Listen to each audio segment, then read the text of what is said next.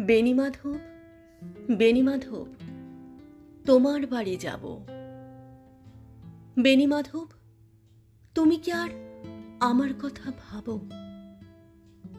বেণীমাধব, মোহন বাসে তমাল তরুমূলে বাজিয়েছিলে। আমি তখন মালতী স্কুলে ডেস্কে বসে অঙ্ক করি।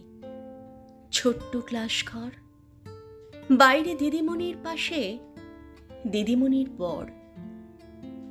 আমি তখন নবম শ্রেণী, আমি তখন শাড়ি। আলাপ হলো বেণীমাধব, সুলেখাদের বাড়ি। বেণীমাধব, বেণীমাধব, লেখাপড়ায় ভালো। শহর থেকে বেড়াতে এলে আমার রং কালো।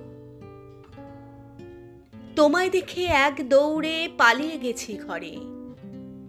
বেণীমাধব, আমার বাবা দোকানে কাজ করে। কুঞ্জে অলি গুঞ্জে তবু ফুটেছে মঞ্জরি। সন্ধেবেলা পড়তে বসে অঙ্কে ভুল করি। আমি তখন নবম শ্রেণী, আমি তখন 16। ব্রিজের ধারে বেণীমাধব, লুকিয়ে দেখা হলো।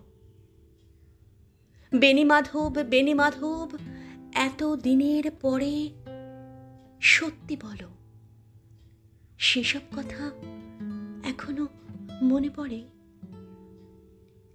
সেসব কথা বলেছ তুমি তোমার প্রেমিকাকে? আমি কেবল একটি দিন তোমার পাশে তাকে দেখেছিলাম আলোর নিচে, অপূর্ব সে আলো। স্বীকার করি, দুজনকেই মানিয়েছিল ভালো। জুড়িয়ে দিল চোখ আমার, পুড়িয়ে দিল চোখ। বাড়িতে এসে বলেছিলাম ওদের ভালো হোক। রাতে এখন ঘুমোতে যাই একতলার ঘরে। মেঝের ওপর বিছানা পাতা, জ্যোৎস্না এসে পড়ে।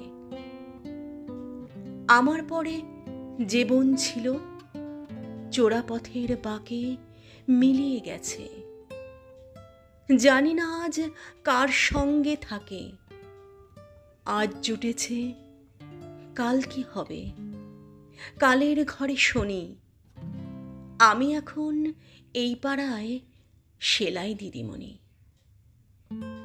তবু আগুন বেণীমাধব, আগুন জ্বলে কই। কেমন হবে আমিও যদি নষ্ট মেয়ে হই?